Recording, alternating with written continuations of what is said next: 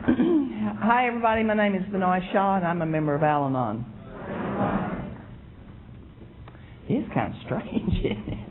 Everybody just bails on you.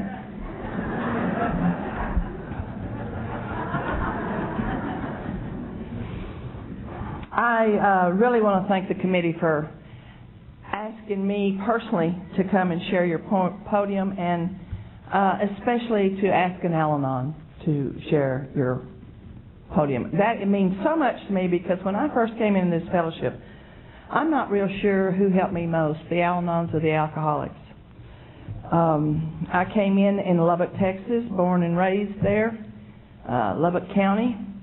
I came in this fellowship February the 7th of 1969. My home group was the Central Group. My home group today, I do live in Los Angeles. And yes, it is the land of fruits and nuts. It really is. And my home group is the Stepped Up group. We meet on Mondays and Thursday nights. We're right by LAX Airport, so if you're ever there, please give us a call and we'll see that you get to a meeting. My committed AA meeting is the Pacific group on Wednesday nights, and there's plenty of us that will take you there. I want to thank Megan, especially Megan. She picked me up at the airport yesterday and was so kind. She drove from here all the way to, where is it, Jacksonville? Is that where I flew in? And picked me up, and, you know, it's one of those jury stories, airplane ride stories that would bore you all to death. But I didn't get my luggage, and we were there for a long time, and we just got here in enough time for her to run home and change clothes and jump up behind this podium. So I really want to thank you, Megan, for above and beyond the call of duty. And to Norma and Colleen, they've been so gracious and so kind, and took us to Megan's restaurant last night. We made fools of ourselves. If you haven't eaten over there, I highly suggest you go eat some fish, and then that, what is it, spoon-fed or spoon chocolate, hot chocolate spoon something. It will set you free. Oh, man. Whoa.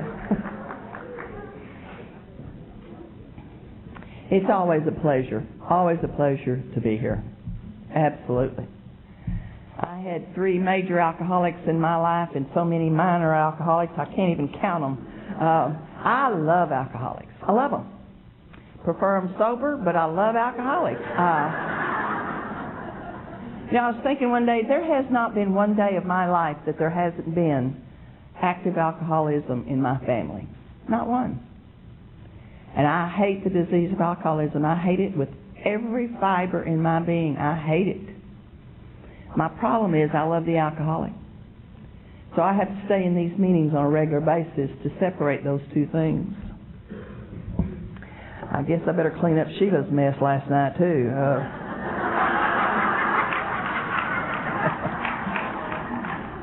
She doesn't remember that exactly like I remember some of that stuff.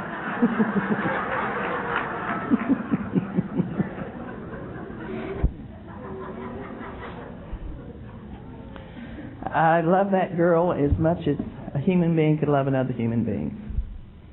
She's not I didn't give birth to her physically, but we have been soulmates looking for each other since the day she was born, I'm quite sure. She is my spiritual child. I love her.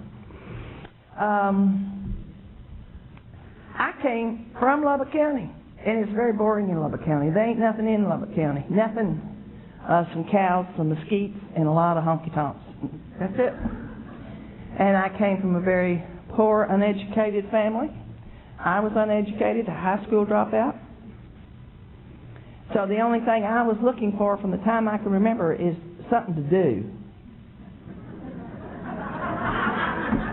Got to go do something, and there's just nothing to do. You know, when you're a kid, you go out to the cemetery and run around and play and hanky-pank, and that's about it. And my brother broke his neck when I was a really young girl, and it changed our lives forever. My father lost his little used furniture business, and we became poor, and the house was always stinking, and fighting was going on there, and it was terrible. My brother was not privy to many of the things medically that they have today, and his skin rotted, and they put this brown junk over the skin and the flesh, and it just smelled bad in there. There was, he had what they call a Texas capper, and it was rubber, and the stench would stay in there. And not anything against my brother. It just smelled bad, but due to all that medical stuff. So I stayed outside all the time. And I would listen to my parents fight over it and fight over money, and it was just terrible. Some church people came once, and I remember, and they brought a bunch of food in sacks. They just brought food in, and they was putting stuff up, and my daddy's face turned kind of gray, and he went out in the backyard, and my mother sat down. She just started crying, and it was just odd to me. And this little lady, I'm sure she was just a kind woman, but as a little kid, she was short and she was plump. I mean, very, very plump. And she came over and she hugged me. And my face went like right here. And I was trying to breathe and get out of this. And she just kept saying, Jesus loves you, Jesus loves you. I just wanted away from her and her fat boobs. It was just, So I left the house. And I left in that house the stench, the fighting, the uneasiness, this weird conception of who Jesus was and all those people. I left it all in that house. And I didn't return to any of that for many, many, many years. When I was a teenager, I don't know how old, one of the older girls took me to a West Texas honky-tonk. And I'm telling you, that's where I found life really was. I walked in and it smelled very familiar. There was old urine, old beer, sawdust, just, crap on the walls. It just smelled, oh yeah, this is home. This is great. I like it here. And there was a big, huge ball in the ceiling, and it was going around and had little tiny mirrors on them. Half of them had fallen off, and there was colored lights in each corner, and they'd hit that thing, and it was just excitement. I just took a deep breath, and this was it. I can still remember it. And over here was the bar, and over here was the tables, and all the drunks were lined up over here, and we'd watch them, and about 11-ish, they'd start falling off those stools and coming our way, and I'd pick the hymn of my choice. And you have to maneuver yourself. You have to be quick. You have to be fast, when you're in one of those places. Because there's always some blondes.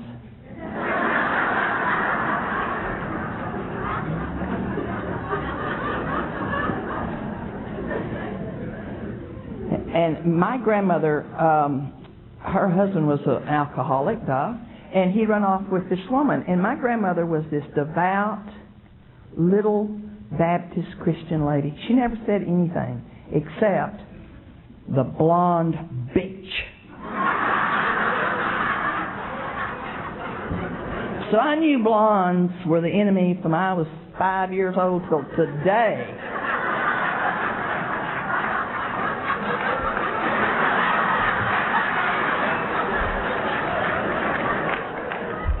Give me your crappy sign language, I'll tell you. I got a sign for you.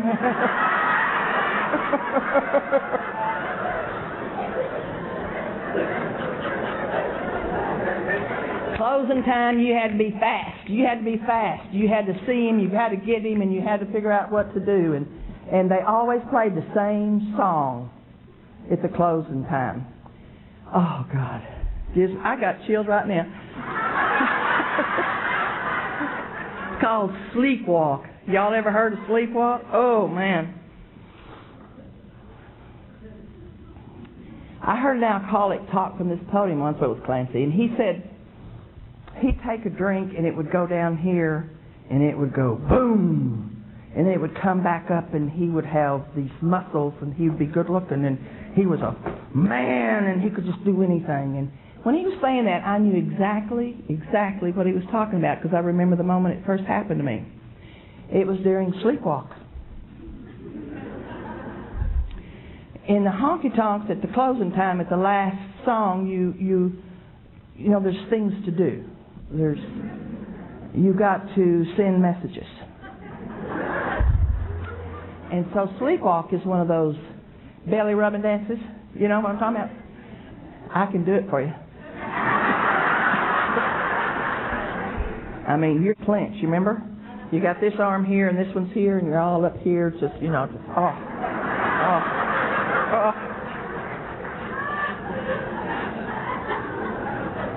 And it goes,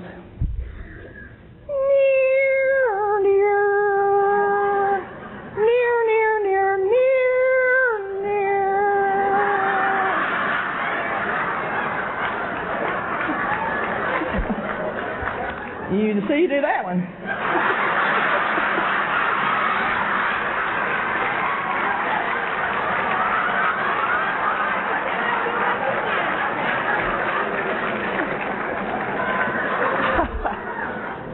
And he's right here. He's just right here. And he says to me, "Sugar, I need you." Yes! Oh, God, yes! I mean, I'm there. I'm right here. He needs me. Do you hear me? Al-Anons are my type. You know exactly what I'm talking about, don't you, Jet? Don't you? I mean, they need us. What do you need? I can do it tenfold. And I take them home with me and I show them the delights that they have never known. The things the big girls told me to do. And the next day they leave. And it's like, ooh, I didn't plan on that. So you got to do it again. You got to go back to the bar. And you got to, well, they're all over here, and you're over here, and you're watching, you check out. See, I like the butts, the jeans, tight butts. And so I could see them as they say, I could watch them on that stool and see which one I liked. And they'd get up, and oh, Lord. And it's just, so I went back next Friday night, and same thing. You watch 11-ish, they come over, and you do it, and you watch the blondes, and then you have to do the near, and week after week after week. And I didn't really know what was going on. I didn't realize that every week I took a little bit of my soul and threw it on the dance floor. And the next week, I'd take a little bit of my soul and throw it on the dance floor. I was searching for something I didn't know I was searching for. Because the first night out, the first time I ever danced, I can still remember that as if it was yesterday. Y'all remember your first drink? I remember my first dance. I remember that guy putting his arms around me. And he was rubbing my back. I did not know that I needed to be held. I didn't know that. I didn't know that the human touch would change my life like that. Because in my family, nobody hugged anybody. Nobody said, I love you. Nobody tucked you in at night. You were just on your own. Nobody ever rocked me, held me. As many of us are never held and rocked here. We don't know what that means. So that human touch, it just set my whole heart afire. I just wanted that. It made me feel a part of. It was something, if I can just get somebody right here, then I'll be all right. If this hole will be filled up, if I can just get a him, if I can keep him, if I can do like the other girls do. I watch them. I know what they do. I saw Doris Day and Rock Hudson movies all the time.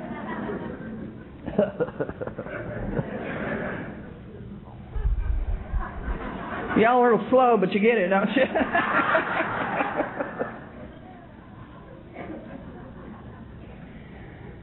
My first major alcoholic out at the place called the Bloody Bucket. It didn't even open up till 2 a.m.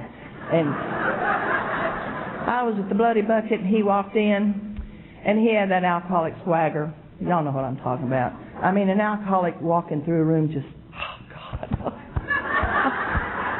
He come swaggering in, and a little bit he came over, and he threw a $100 bill down on the table, and he said, here, cutie, walk around on this for a while. Now, I had never seen a $100 bill. And it impressed me. And we danced a few dances and he left. And that impressed me. He didn't, I didn't snag him. So it's a challenge.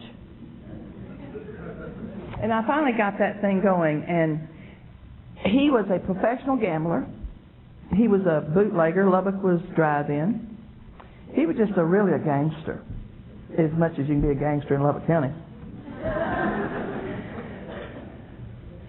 And there was things went on that I, again, just saw in movies. I moved in with him. I became pregnant by this. And back in the 60s, this was 59, I should say, it was not even done. It just wasn't done. You did not live with anybody, and you did not have a child out of wedlock. Not in Texas, not in the Bible Belt.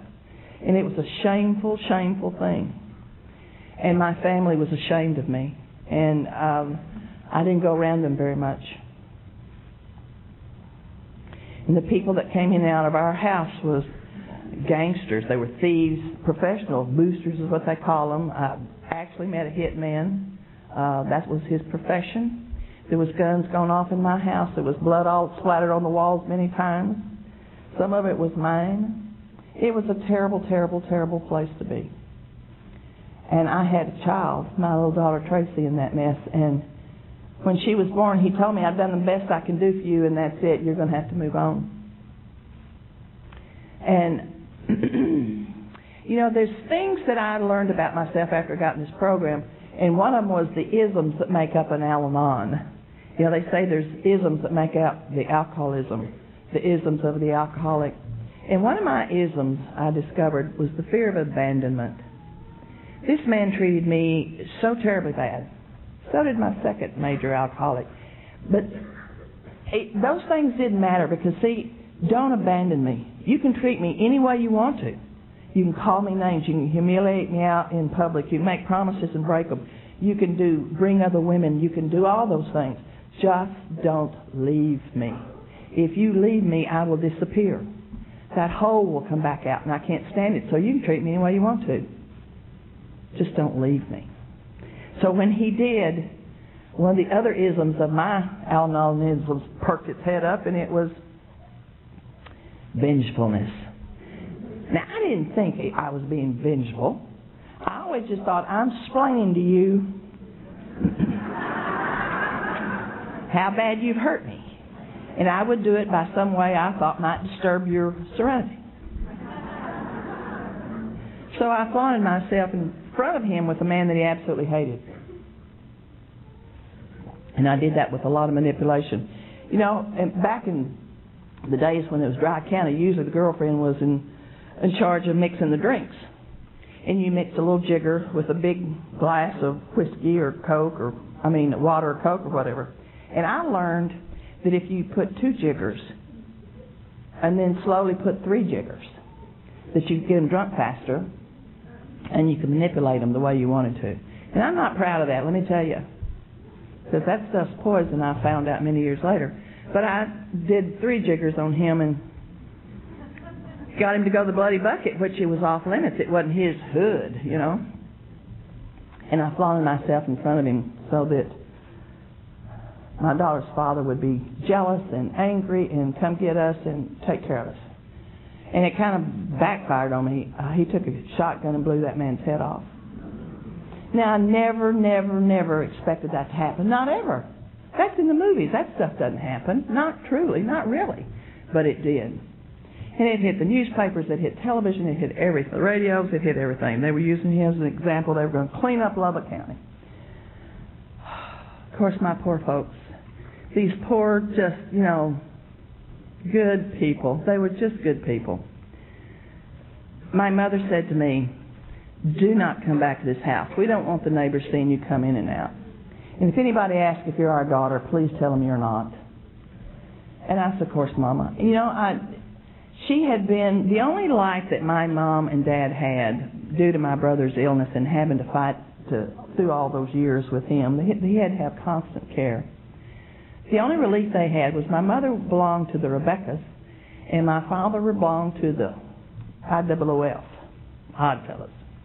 And my mother had been elected a state chairperson of something with the Rebeccas. And when this came out and when this happened, they asked her to step down because of me. And it really hurt my mother. And I felt very guilty and I felt very ashamed and I felt bad. And I said, of course I won't come back, Mama. I understand. And my daddy would sneak around and see me and the baby because he loved that little granddaughter. I thought, I have got to clean up my act. I've got to do something different. There was no God in my life, so I couldn't go there. I had to just change. I had to do something. I felt so dirty. I knew what I was. I was a slut puppy hoe, and I knew it. And I was ashamed of myself. So what I did was I went over to the rodeo grounds. Now, it was a time when some people were burning the flag and tearing up their draft cards and all that stuff. And the rodeo announcer would always say, cowboys don't burn the flag, and cowboys don't tear up the draft card. And they'd play the flag, and everybody would stand up, and those cowboys would take that hat, put it over, and I just, oh my gosh, this is clean living. This will do it. So I started going to rodeos, and after the rodeo, instead of honky-tonks, they have a slab of concrete over by the rodeo grounds and a fence around it. And all the cowboys lean up against this fence, and all the cowgirls lean up against this fence, and about 11-ish, all those guys come into the center, and at closing time, they play sleepwalk, and you got to do, as I lovingly say, I just traded a holster and a gun for a cowboy hat. That's all I changed. And another cowboy alcoholic. He was the cutest one. He danced the best. He was a bull rider.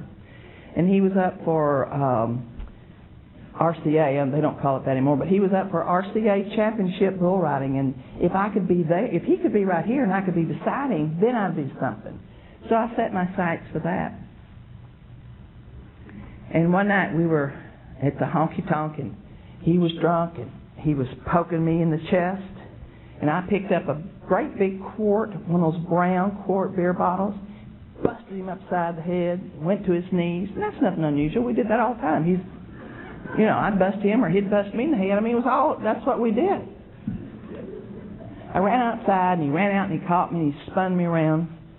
He said, "You know what? I think you just knocked some sense into me. I think we should get married."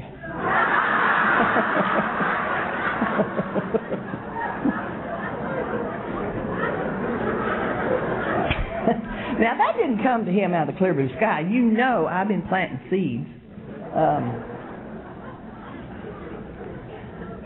And I fed him 3 to 4 jiggers until we got married 3 days later. And I was married. Do you hear me? This slut puppy hoe was married. I never thought I'd be. And I had dreams of what we were going to do. He would mow the yard. I would make cookies. I would make little curtains for the kitchen. Now, we didn't have a yard. I don't like to bake, and I don't know how to sew. But this is what I sat and thought about, or dream about it, and have dreams of all these things was going to go. Dreams. You know how a young woman dreams. And there was no difference. For the first week, I was a great wife. I fed him and did all the things. I gave him the chicken fried steak and potatoes and gravy and baths and, just everything. And after a week, he was out in honky-tonks drinking. And I was at home, took my position at the window. Sometimes I went out and I'd go search for him. I'd go with him. I would not go with him. I would tear up tables. I would drag him off the dance floors. I would not ignore him. I'd go to a different honky-tonk so he'd know I was over there. Everything in the world that you could think of, and absolutely nothing worked. I just wore out. I got pregnant with a little boy, my son, and I thought, this will fix it. This will change. This will make him want to stay home with me. And it just gave me somebody, to hold at the window. That's all that was.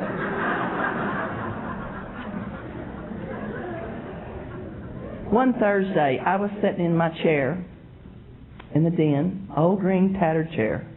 The kids were in the back bedroom staying away from me. They were staying away from me because I was a maniac. There was violence in my home all the time. I needed the violence. I didn't know that till many years in this program, but I needed the violence. I needed to be punished. I wasn't really sure what the crimes were all the time, but I needed to be punished. And my children took much of my abuse, physical abuse, emotional abuse.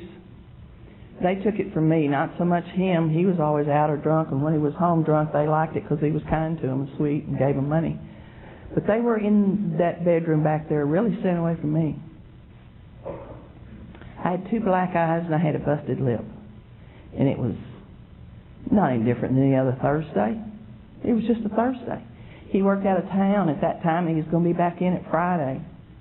And I knew I could not do one more weekend. I couldn't do it. I was just so done. And I remember thinking, I wish I could commit suicide for a little while, you know. But who would take my kids? There was absolutely nobody to take those kids. And for whatever reason, I got up, went to the telephone, and I looked at the yellow pages. I looked up Alcoholics Anonymous, and I called it. And I was given this woman's number, and I called her, and she said, come over. I got the teenager next door. She come watch the kids. I went over to this woman's house. She was a sober member of Alcoholics Anonymous. She didn't poo-poo me off because I was just an Al-Anon. She took me into her den, and a few minutes later, her sober alcoholic husband came in, and they both sat and talked to me for a long time about the disease of alcoholism and what was going on in my home. I love Alcoholics Anonymous. Y'all were the first people I saw. You were the first people that talked to me and the first people that gave me hope. They made arrangements to take me to my first Al-Anon meeting. And I'll never forget it, ever. I don't remember a thing that was said in there. Not a thing. I just remember the room and some of the stuff that was going on. Sheila said it last night. Those women that were behind that, we had a little table, they were all dressed up. They had on dresses and they had makeup on and their hair was all. They were just beautiful. And I looked around the room and everybody looked kind of clean and dressed up. You know, what I was used to is wearing an old dirty shirt, old Levi's, the kids, whatever they could find. And my sponsor said to me, anytime you're behind the podium, you have on a dress and you look good. Because new people can't always hear what we say, but they can see what we are. And that's exactly the experience that I found. Y'all were just beautiful to me. I wanted to be here worse than any place I'd ever seen in my life. But I knew if you knew who I was, if you knew where I came from, I wouldn't be welcome. So I just slipped in and sat on the very back row, the very chair next to the door so I could get out. And before they could say the amen, sometimes I'd slip out. I didn't think they'd know I was new. Those of them in the back row, we know who you are.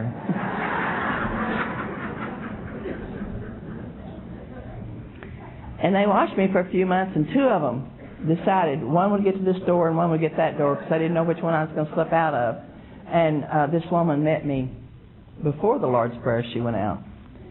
And she said some things to me that only she could say, that only I could hear. And that is my sponsor of today. She's been my one and only sponsor for these 35 years, and I absolutely adore her. She's still a hero to me. And I do things in this program to get her approval, and I don't do things in this program to get her approval still today. It's not a sick situation. It's just one that I respect her and admire her, what she's doing. She is she has rheumatoid arthritis, and she can barely get around. And I have spent the last 2 weekends with her at conferences, and I had the privilege of pushing her around all last weekend in a wheelchair. And she still goes. She still gets on planes. She still comes. She still does the things because of what was given to her. And I hope I can remember that, especially when I get home Monday night and I'm tired because I've been flying on a plane all weekend and been gone. I hope I remember just to, what a privilege it is to walk into my meeting, because she will be at her meeting. Somebody will pick her up and take her. She bought me a big book of Alcoholics Anonymous, and she said, read this, and we're going to study it so you can know about the disease of alcoholism. And so we did, and I took the steps out of there, and I was just eat up with this thing. I was just eat up with this thing. I loved it.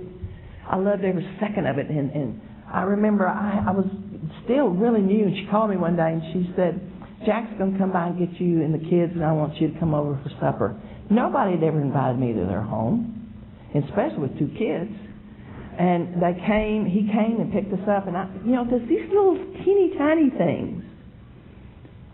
He pulled up, and I got the kids and scooted them out because I didn't want him to wait, didn't want him to pose. He got out of the car, walked around the car, opened the door for me, opened the door for the kids, helped them get in. I sat in, reached for the door. He said, I'll get it, and he shut the door. And a perfect gentleman.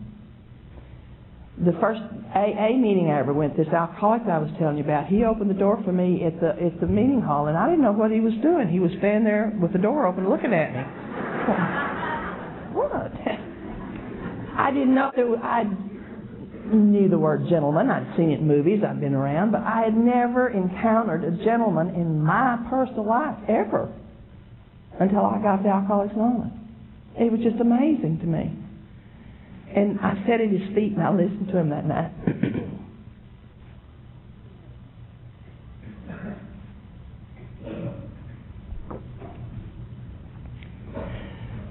I listened to Jack say how he loved his family and how he wouldn't do anything to hurt his family, but he could not help it. And I heard other people say that, and I went to those meetings and I saw people like my daughter talk and say how they didn't want to do the things that they did, and they were doing them. And my heart started changing, and I started seeing people in a whole different way. And the forgiveness came in the 9th step, and the 11th step brought me a God of my understanding that I'd never had a God, and never would have, I don't think, if I hadn't come into this fellowship. And my life changed. They took me to my first conference. There was a lot of that get in the car stuff, you know. You don't ask. We're coming by, get in the car. Okay. Packed some stuff. We're going away for a weekend, and they took me to the first conference, and it was just the most amazing thing I've ever seen. I know there's many of you that are here for your first conference, and welcome. And what a great experience it is. Those people got up and told their stories, and the hope that I got, just see them. I just thought they were some kind of stars, you know. They were just, wow. Didn't know how weird they really were.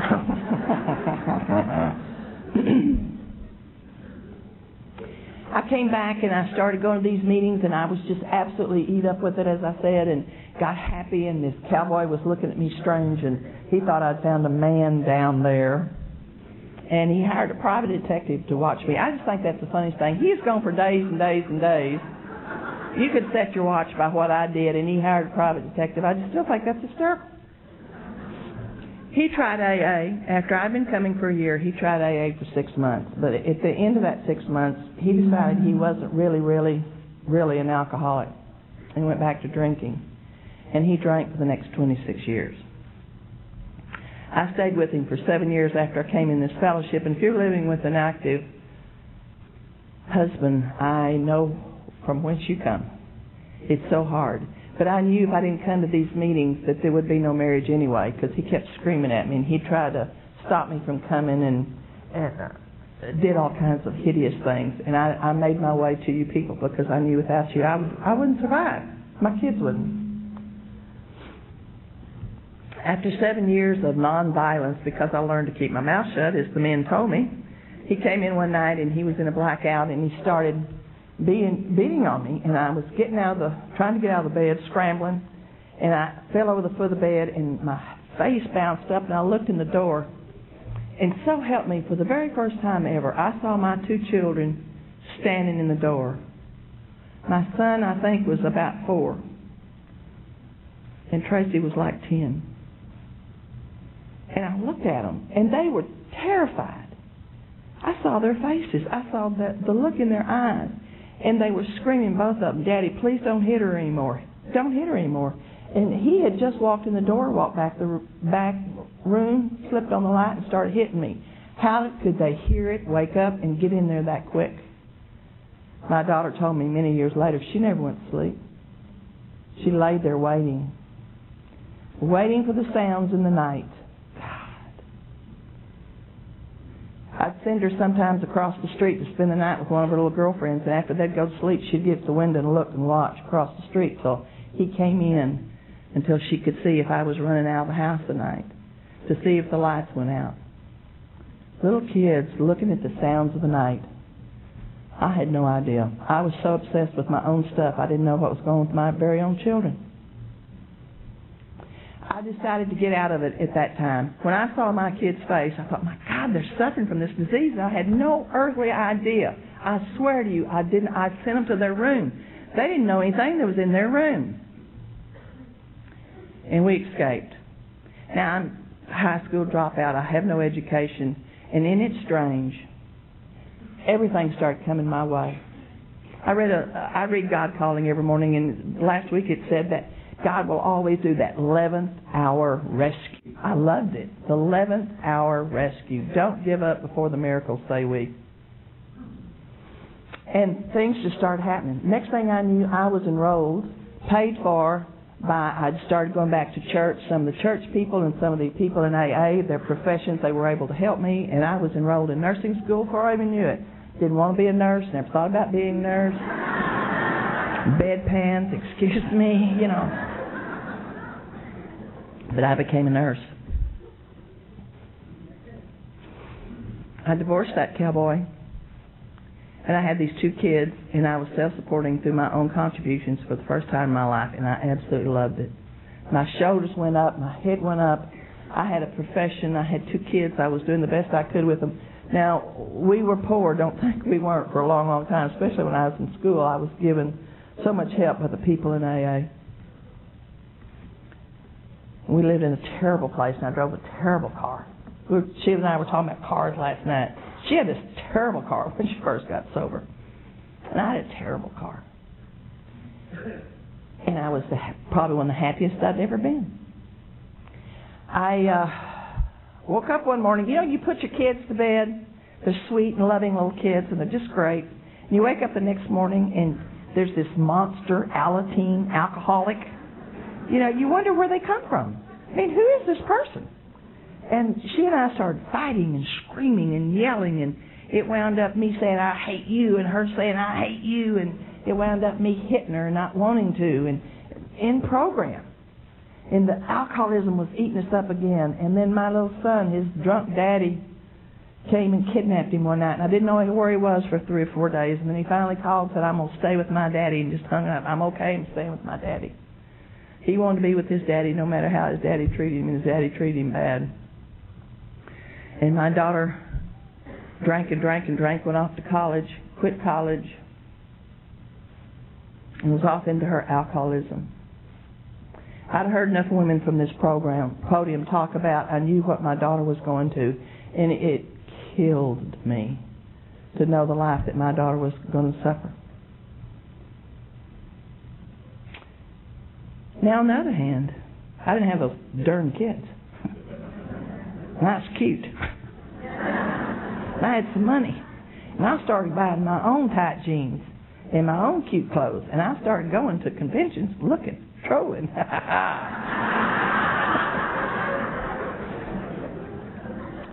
I was in Midland, Texas, and this guy sat down in front of me, and he had these big blue eyes, deep voice, gray at the temples, turned around, put his hand out, and there was diamonds from here to here. And I saw it all. Came back from that convention, he was calling me every single night, and he met me a couple of places, and we started having a long-distance romance. His name was Jim Shaw, and he was from California.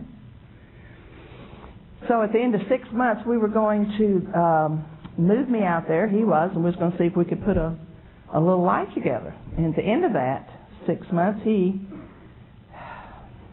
alcoholics are such cowards. I'm sorry, I love y'all, but y'all are such cowards. It got to an intimate time in our relationship, and he could not handle it. So he just dumped me. Said, sorry, got in touch with my feelings, can't do this, have a good life.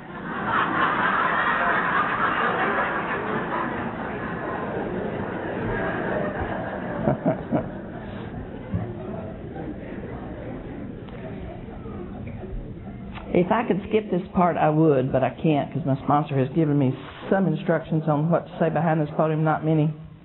But I was so angry. I was 12 years in this program at that time. I had done everything y'all said to do. I sponsored people. I made coffee. I cleaned up. I did GR crap. I did all that stuff. And it was my turn, you know. It was my turn for some rewards here. This man, I loved this man. I loved him. And it was the first love, truly, that I knew that was a good, decent, the right kind of love, not obsession. I loved him. And I just knew he loved me. And why would God show me something like that and then yank it away? What is this God deal? If this is it, screw God. Screw Him. And I know in this audience, as big as this audience is, I know there's somebody here that's got a lot of time and you're feeling the same thing. There's this big knot in your stomach and you don't understand what's going on and what's the deal? Screw God. You know, is this brainwashing here? Does it really happen? I don't think so. And I was angry. And my old tapes come up, and when you're this mad and you don't know what to do, you go hunt for a man. And I messed around with some men who were trying to get sober because the well men wouldn't have anything to do with me. I picked on some newcomers. And let me tell you, that is not the place to go. Number one, you mess with their lives. They're trying to get sober. One of them left and never came back because he felt so bad because of what he was doing. He was trying to get sober. And I felt bad. I felt really bad. I didn't want a 13th step. It's disgusting. And if you're thinking about it, please don't do it. It's a scar that you will carry with you from here on out. I should have been asked to leave the program. I really should have. But nobody did. There was those who would have if they could have. But they didn't. And I remember that to this day, that I was just as sick in here as I was out there, and I have to remember that. And I have to try not to do those actions. And one of the guys that I was messing with snitched to my sponsor because there was another guy that he found out about. And my sponsor got me. We were at a conference, and she got me. And let me tell you, I had rather been peeled by a potato peeler than have this conversation with her, because she made me go talk to Jack. And when I was talking with her, I was saying, you know, it's not that I'm mad at Jim. It's just that I'm mad at men. And God didn't help me. God has betrayed me. She said, Vannoy, do you think you ever betrayed God? And that, for whatever reason, that hit, that struck. I knew what she was saying. And then I said something to her that had been my deepest, darkest secret that I was never going to share with anybody or tell anybody. It was take it to the grave stuff. I said, Pat, you don't understand. I am unlovable. I don't know why, but I am. My parents don't love me. My children don't love me. Nobody loves me. Not really. You like me, and you know I'm fun to be around for a while, and I'm okay for a while. But when you get to the core of me, there's nothing there. I am unlovable. I wish I could change it. I wish I knew what it was, but it's there. And she looked at me for a while, and she said, "Oh, Vannoy, that's not so." She said, "I love you just the way you are. And if I love you like that, what kind of love do you think God has for you that it's so immense we can't even think about it?" She reached over and she got me and she pulled my head over on her chest and she rocked me. And she said, "I love you. God loves you." And I started that sobbing, you know, that comes from your toes and just comes out where you just make a fool of yourself. My snot was all over, you know.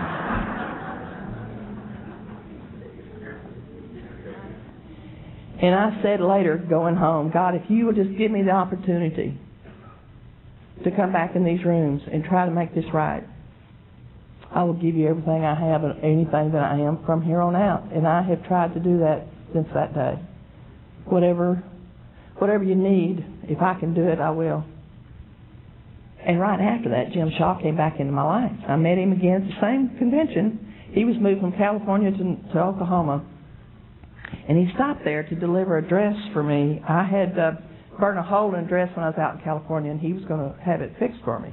And he had kept, isn't that strange, he kept that dress for 2 years. I hadn't seen him in 2 years. And he dropped by to give me that dress. Now, I knew exactly how I was going to do this. I knew he was there. Everybody was saying, he's here.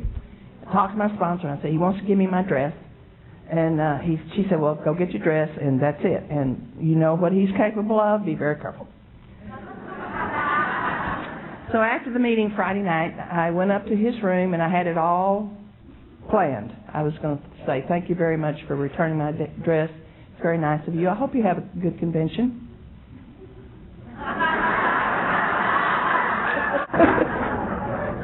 I knocked on the door, and he came to the door, and he said, hi. I said, hi. I said, you want Coke? Yeah.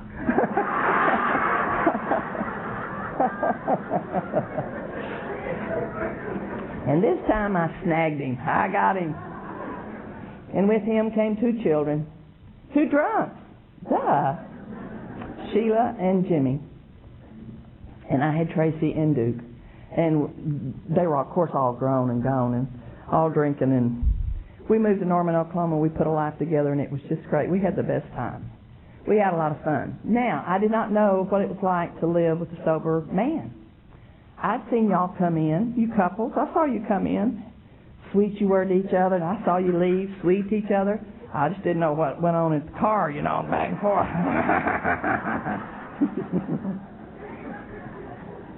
So we really had to hammer out a marriage, and it wasn't easy. It was not easy. We could clear a room in 10 seconds, because he's a rager and I'm a rager, and my sponsor said she wouldn't take $1 million for us. No, she wouldn't take a nickel for us, and she wouldn't give $1 million. Wouldn't take $1 million for 2 people like us. You just, ugh. My daughter called me. She tried to commit suicide. She was drunk. And I said, well, I'll be in Lubbock next week for homecoming. Meet me there. She met me there.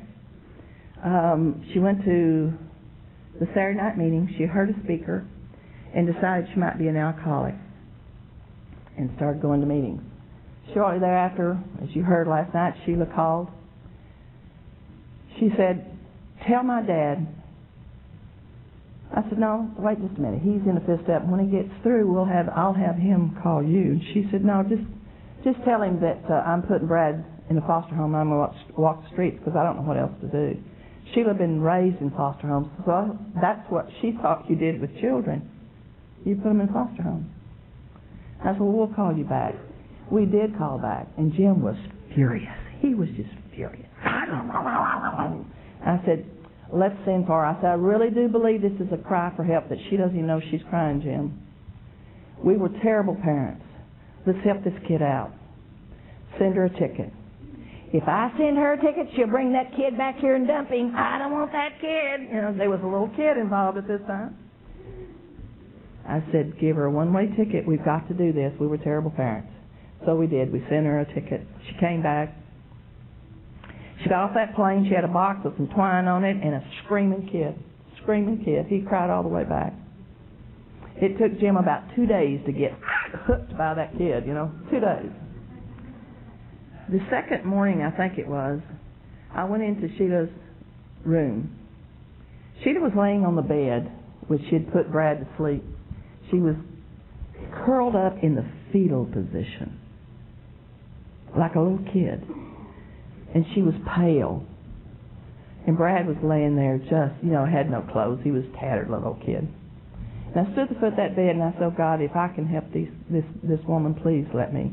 Please let me help her where I couldn't help my own daughter.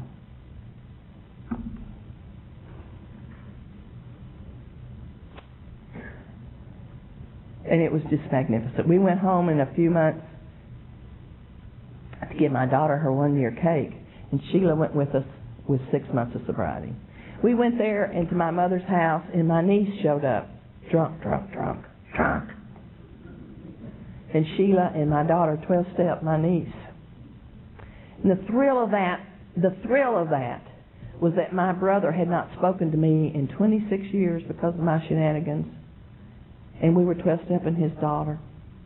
It just made me feel so good. My brother never found sobriety. He killed himself, drunk. And the thing that fills my heart with that, and he wouldn't let me make amends to him, the thing that thrills my heart with it is my girls have helped save his daughter's life. Sheila is now my niece's sponsor. My niece will have 5 years.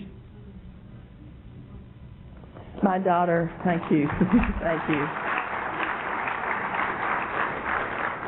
My daughter got sober for 10 years. She met him on AA campus. They got pregnant. They got married. They got divorced, and Jim and I got them. But it was our pleasure. We raised Brad for first few years of his life. Brad was my first grandbaby. Brad has my heart. Always has, always will. You know what he does? He's such a little alcoholic. He said, he came in, he said, come here, I want to show you my favorite box things. So I went into his room and he had this box that his favorite things were in. And he opened up the box and there was an empty bottle of my perfume that I have worn for 20 years. He'd found it in the trash can. He said, I got it out of the trash can and when I miss you now, Ma, I smell it. And we don't even know where he is today. He's a drunk. I hate alcoholism, but I love that little alcoholic. Yeah.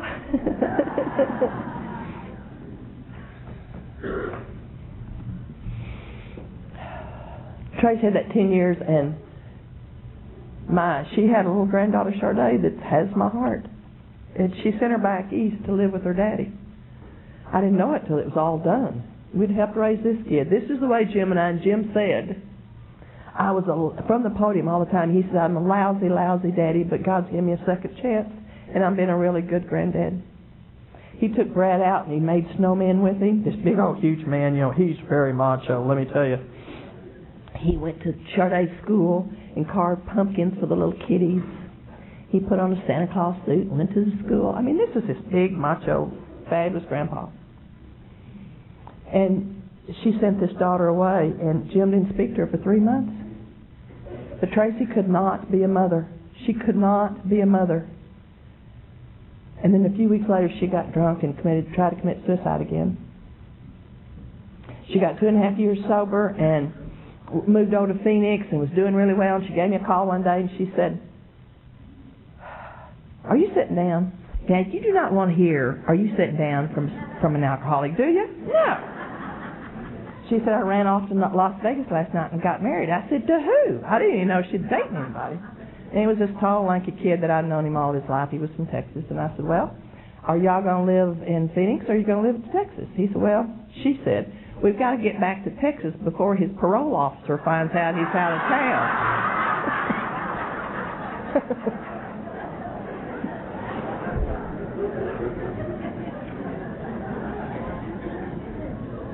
And I knew what was coming. I knew what was coming. And a few months later, she got drunk again. She called me. She said, I'm going to come to Dallas where you're going to be speaking. And I just need to warn you what I look like. I have 2 black eyes and busted lip and scars, stitches across my face. So she came and, I had done the steps on my children, on all of them. And I've asked forgiveness from them. But I believe that my heart has scars. It has scars from my motherhood. And every now and then those scars, they kind of pulsate, and they hurt. Not that I hadn't taken the actions, because I have, but those scars are there. And I looked at my daughter, and that scar was pulsating. And Sheila and the Norman Bunch, this fabulous group, took my daughter back to Austin, packed her up, and took her to Norman, Oklahoma. And she got sober there. And then she moved out to San Diego, and she's sober today. She has 5.5 years of sobriety. Thank you.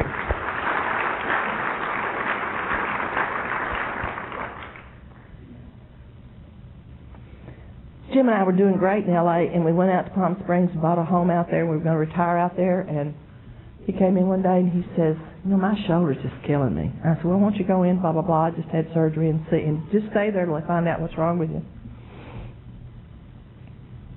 Next weekend he came in and his eyes were weird, and I said, let's go back. So we went back to the doctor, and they pulled me out in the hall and said, your husband has cancer. And 3 months later he was dead. And it's amazing. I love y'all so much. When one of us is wounded, how people come, it's just amazing. And people were all over us. And one night, it was 3 or 4 o'clock in the morning, and I was, I couldn't sleep, and I was crying.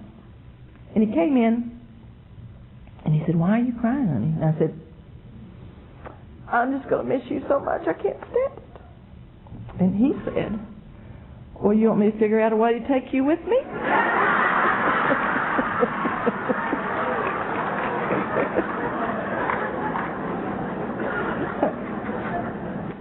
I said, I don't think I'm going to miss you that much.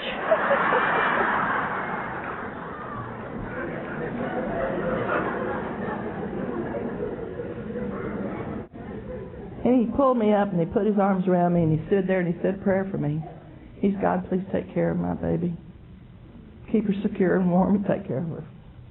And that's the way it was those 3 months. We laughed. You know, the guys would sneak in and sneak him out the back door and take him to play golf. And I told him they couldn't go. And they'd wave as they'd take him off. And he died with dignity and fun. And he knew where he was going. And it was, you know, it was okay. And I miss him to this day. Sometimes it hurts so bad I can't believe it. But then I've been taken care of ever since. I've been taken care of. We were embezzled. There was nothing. I lost my home. There was nothing. I was just standing down the street with nothing, practically. And I was wounded, and y'all came and you protected me all this time, and I had done fine. Let me tell you about my favorite moment the last few years. Favorite moment. Sheila's husband is a builder, and he built them this beautiful home. It's just gorgeous. 2-story, looks like a mansion. And she has a Christmas party for the people she sponsors every year. And there was like 90 women there. And they had just moved into this place. I mean, they just moved in 2 weeks prior to this. No, a week before. Tuesday, and it was Friday that was the party. Those girls swarmed that house. They had everything put up. There was lights everywhere, candles, trees, you know, it was sparkly, and it was glowing. There was a fireplace. And they had Christmas music on. Just beautiful. Those women were all dressed up in green velvet and red velvet, and their bling bling, and their hair was all done. It was just glowing. I was sitting on the couch, and the minute my niece walked through, God, she looks beautiful tonight. She just looks fabulous. Second later, my daughter walked through, and she was taking somebody some drinks, and I said, oh my God, look how gorgeous she is. And then Sheila came down and sat beside me. She said, Mom, are you having a good time? I said, I'm overblessed and overpaid, honey. My women, my girls looked magnificent. There was 89 women in that room with sobriety. How in the world can I thank you for that? I mean, how can I do that? I don't know. A couple of weeks ago, I got fired from my job of 14 years. A new corporation picked us up, you know, and cleaned us out. Now, these kids that I had harmed all their lives, my daughter called and said, well, we figured out we want you to come live with us, and we're going to take care of you for that, and then you can go stay with Sheila for a little while. And then my son called and said, come up here. Sheila called and said, I'm looking for a house. These are the lives of kids that I destroyed, and they want me. They're trying to help me. Now, how can I thank you for that? Jimmy Jr., whom we did not know where he was or anything, gave me a Mother's Day card. He said, I hope that you will forgive me for being so standoffish, but, you know, I haven't been able to trust women, but now I'm trusting you. I wish you had been my mom from the beginning. And I called him and I thanked him for that card, and I said, that was so sweet. He said, I really do mean it. And I said, well, Jimmy, I wasn't there in the beginning, but I guarantee you I'll be there to the end. Thursday night when I got home from my meeting last Thursday, my birthday, and on my porch was this gorgeous bouquet of flowers. He had come by, left them on my porch, said, happy birthday, Mom, we love you, Jimmy and Sheila. How can I thank you for that? I mean, you're my life. You're my life. You hold me up when I'm wounded. There's no far, there's no tire, there's no nothing for you. My life is yours, and you've given it to me. There was a man in my part of the country named Bob White, and he was just, you know, one of those giants. I know you've got a giant around here. And he spoke at the Canyon Conference that Jim started, and unbeknownst to us, it was his last talk. He had cancer, and a few months later, he died. And in that talk, he said, we say the Lord's Prayer after every meeting. And it starts off with Our Father, and then it says the kingdom, the power, and the glory forever. He said any school kid can figure out if there's a kingdom, it's the Father, then that makes you and I a prince and a princess of the kingdom. Yeah.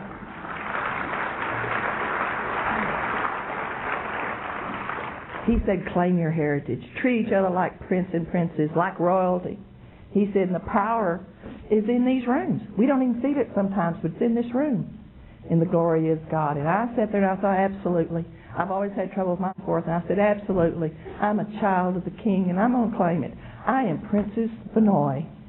I'm a child of the King. You have given me that heritage, and I will forever be grateful. Thank you.